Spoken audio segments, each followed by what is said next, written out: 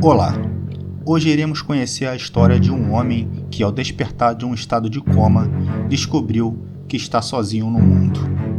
Se quer saber o que aconteceu e se há outros além dele, acompanhe a história, mas não antes de deixar o seu like e as suas críticas nos comentários. Se ainda não se inscreveu, inscreva-se. Compartilhe com seus amigos.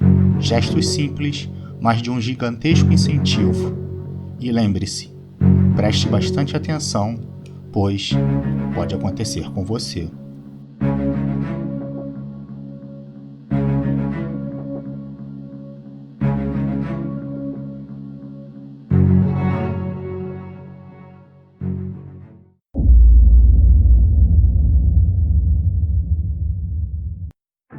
Assim que abri os olhos, fiquei assustado, pois não havia nada além de uma mobília simples e monocromática de um quarto de hospital. Será que me atropelaram? Pensei, e nem precisei forçar muita memória, já que não havia gessos sobre ossos quebrados e marcas que denunciassem um trauma dessa natureza. Como fui parar ali era um mistério que logo seria engolido por outro maior. Estava intrigado.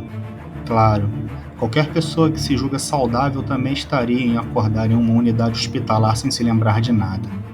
Mas como disse, estar ali sem saber o motivo era apenas um pequeno detalhe de algo bem mais complexo e terrivelmente insólito.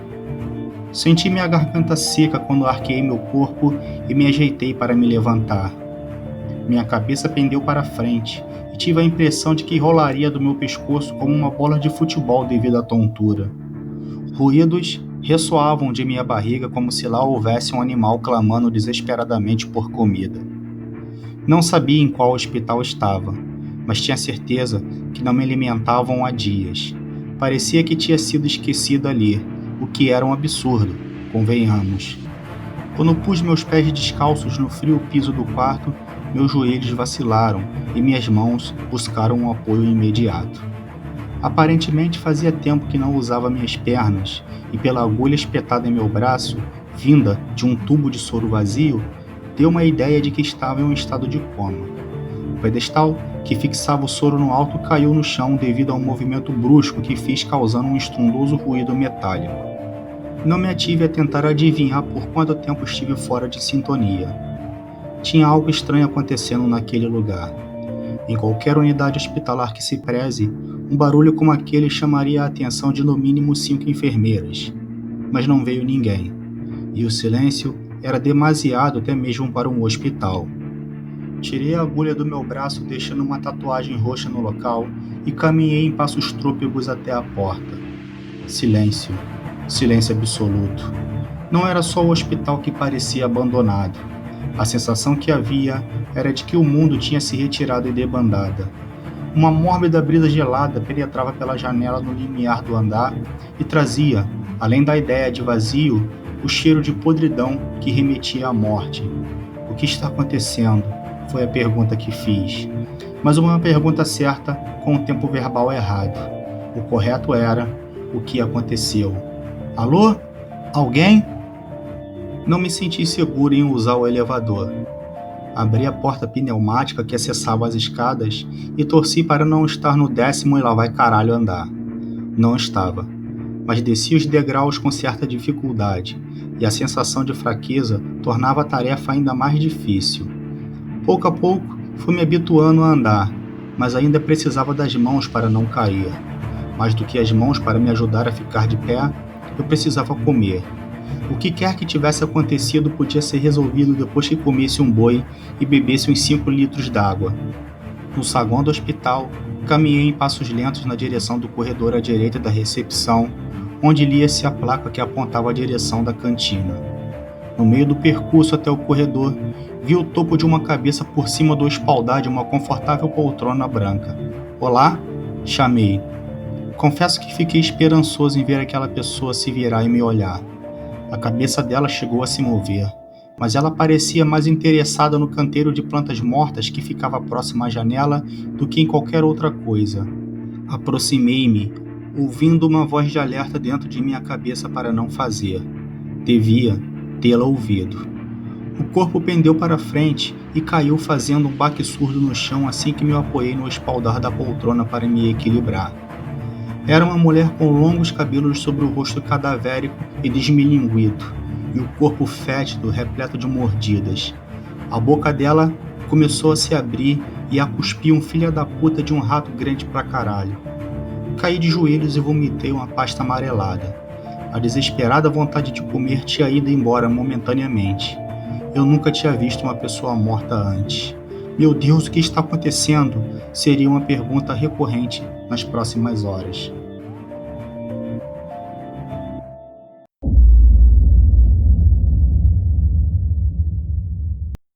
A fome não demorou a voltar, e tive sorte em encontrar biscoitos e garrafas d'água na cantina do hospital. Não pude carregar muita coisa, mas algo me dizia que não haveria outras pessoas por ali para pegar e que a comida seria abundante. As ruas estavam desertas. Folhas de amendoeiras cobriam as calçadas, formando um amarelado pungente. Veículos esquecidos pelos estacionamentos incrementavam a noção de uma cidade fantasma. O céu cinzento era um pátio para os urubus que voavam em círculo, espreitando a carniça lá do alto. Alguns estavam sobre os postes e pareciam que me lançavam olhares perplexos, pois fazia tempos que não via alguém caminhando por aquelas bandas. Quando criança, sempre ouvia a história de que se uma guerra nuclear estourasse, no fim só restariam as baratas. Mas como eu duvidava que tivesse acontecido algum desastre nuclear, o mundo estava dominado por gatos. Jamais havia visto tantos pelas ruas, perambulando e ronronando à procura de comida e até mesmo à procura de companhia. Uma garoa passou a cair, trazendo com ela um congelante vento ártico. Precisava tirar aquele traje hospitalar e colocar uma roupa de verdade antes que a noite caísse. Já conseguia me locomover como antes, apesar de levar quase 30 minutos para chegar ao centro comercial do bairro. A devastação lembrava as fotos das ruínas das cidades europeias durante a Segunda Guerra. Mas não houve bombardeio, e sim um enorme incêndio que reduziu boa parte das lojas a esqueletos estruturais apontados para o céu plúmbeo. As lojas, que não foram atingidas, exibiam vidraças quebradas e interiores mergulhados numa bagunça insana. Certamente, houve um grande pandemônio no auge da crise. Saques, tiros, mortes. A chuva começou a cair com maior intensidade e me vi obrigado a buscar um abrigo no interior de uma loja de roupas. Não tive dificuldades em encontrar um par de tênis e uma calça jeans junto de uma blusa de manga. Embora existisse um forte cheiro de mofo que me fez espirrar nos primeiros minutos, era melhor do que sentir frio. Enquanto o temporal caía sobre uma terra abandonada, eu comia um dos biscoitos com a validade vencida que trouxera comigo. Estava horrível, mas foda-se, era a única coisa que tinha. A noite se aprofundava, enquanto eu imaginava se alguém além de mim teria sobrevivido. Pensava se meus familiares estariam bem em algum lugar, ou até mesmo se estariam em casa assistindo à TV, se ainda existisse TV. Porém, voltar em casa estava totalmente fora de questão. Tinha medo de encontrá-los igual a mulher do hospital, que servia de banquete para roedores nojentos. Relampejava, e o ambiente escuro era clareado por segundos com projeções fantasmagóricas de um local onde havia existido vida demais.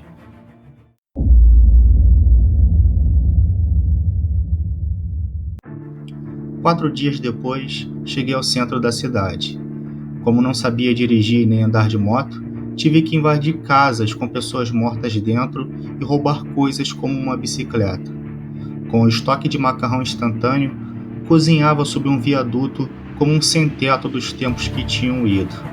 Foi a melhor comida pós-apocalíptica que poderia comer.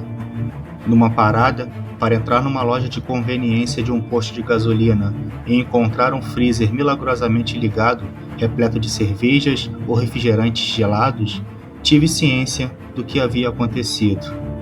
Num jornal amarelado com o tempo e esquecido como tudo, a notícia: gripe mutante dizima a população de 5 estados. Uma grande epidemia, eu disse enquanto segurava o jornal. A matéria não explicava como e onde havia surgido a tal gripe mutante, mas reiterava os esforços dos cientistas para tentar achar uma cura para o vírus mortal que tinha se espalhado e exterminado toda a população do Espírito Santo, os 3 estados do Sul e Minas Gerais. Senti um impacto forte lendo aquilo. A gripe fazia as pessoas se afogarem em seus próprios fluidos em 2 dias. Era terrível, mas o que mais me comoveu foi o último parágrafo da matéria. Infelizmente, na opinião deste jornalista, todos os esforços dos cientistas que ainda estão vivos serão em vão. Não há meio de deter essa coisa, e de certa forma, eles sabem disso. Dizem que a esperança é a última que morre, mas não há esperança quando as trombetas do juízo final são ressoadas e os cavaleiros da peste e da morte estendem sua manta apocalíptica sobre a humanidade. Não vou dizer espero estar errado, pois não estou. De qualquer forma, foi um imenso prazer ter escrito para vocês durante todos esses anos. Espero que todos tenham uma morte tranquila e sem sofrimento. Aos amigos e parentes, não venham me procurar, pois assim que enviar essa matéria para a redação, estarei pondo uma bala em minha cabeça e indo me juntar à minha mulher e aos meus filhos.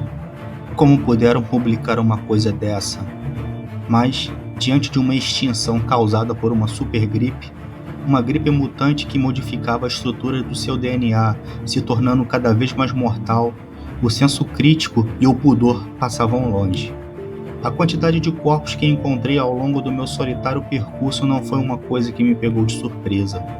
Pessoas mortas dentro de carros e até caídas pelas ruas sem sequer terem a chance de um leito, de um velório e de uma extrema unção. Mas a imensa e insalubre pilha de corpos que vi num campo aberto foi perturbadora. Haviam improvisado um grande crematório a céu aberto. Os urubus ainda se banqueteavam ali. Passou pela minha cabeça a possibilidade de meus parentes e amigos estarem naquela pilha da morte. O vento soprou em minha direção e trouxe com ele aquele horrendo cheiro de inferno. Minhas entranhas se remexeram em um nó e vomitei o macarrão instantâneo que tinha comido horas mais cedo. Pedalei o mais depressa possível para sair dali e deixar aquele cheiro para trás, e me perguntei como uma sociedade tecnologicamente avançada não conseguiu lidar com um vírus. O centro da cidade estava como imaginei, vazio, com lojas saqueadas e corpos com máscaras que os protegeriam de uma gripe comum pelo chão. A noite não demorou a cair, assim como a garoa de inverno. Havia rodado boa parte da região à procura de sobreviventes, mas só havia morte. Em uma livraria, numa esquina entre 2 avenidas outrora movimentadas e que me servia de abrigo, eu apenas contemplava a noite silenciosa enquanto traçava planos. Se eu sobrevivi, outros devem ter sobrevivido. Talvez em São Paulo haja gente viva. Amanhã irei atrás de um carro. Dirigir não deve ser tão difícil, e com as estradas vazias não haverá tanto perigo, murmurei enquanto conjecturava a hipótese de levar vários livros comigo, pois se eu estivesse sozinho no planeta, a leitura adiaria o pleno estado de insanidade que me dominaria cedo ou tarde. Dormia profundamente quando o barulho do lado de fora me acordou. Abri os olhos com um brilho de esperança ardendo em centelhas dentro deles e vi um feixe de luz penetrar pelas frestas dos compensados postos diante da vitrine, iluminando a escuridão absoluta. Sobreviventes. Corri aos gritos para fora e segui o facho de luz que vinha do céu. Helicóptero. Só podia ser um helicóptero com um ruído diferente, mas não havia outra explicação. Eu acenava brandindo os braços acima da minha cabeça. Aqui! Estou vivo! E quando pensei que não seria visto como numa cena dramática de filmes de sobreviventes, a luz me cobriu e me cegou. Graças a Deus. As esperanças de que a humanidade havia vencido a tal gripe mutante tinham se renovado em mim naquele instante. Mas alguém me puxou para fora do feixe de luz. Não deixe que eles te peguem. Que? A luz sobre nós dois agora. Era uma mulher vestida como uma personagem de uma série de zumbis, com urgência e medo no semblante. Vamos! Ela me puxou outra vez. Deixei que me conduzisse por alguns metros. Depois, apenas a segui, e desta forma, podemos correr mais rápido. A luz vinda do céu veio atrás de nós. Por algumas vezes nos alcançou, mas a mulher conhecia bem a rota de fuga, e no fim despistamos quem quer que fosse que estivesse lá em cima. Foi por pouco, disse ela olhando por uma janela de um casarão abandonado do início do século XX.